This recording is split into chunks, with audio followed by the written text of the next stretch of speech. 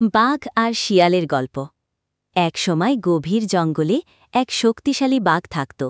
সে ছিল ভীষণ সাহসী ও শক্তিমান।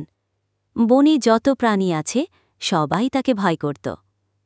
একদিন এক চতুর শিয়াল বাঘের কাছে এসে বলল, বন্ধু বাঘ, তুমি শক্তিতে অনেক বড়, কিন্তু আমার বুদ্ধি আছে।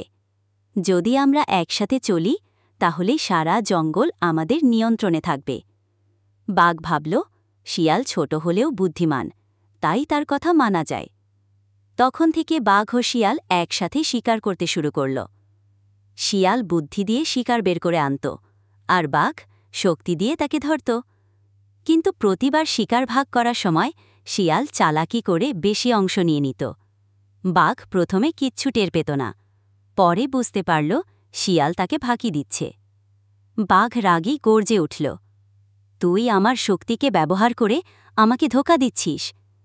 শিয়াল ভয়ে কাঁপতে কাঁপতে পালিয়ে গেল।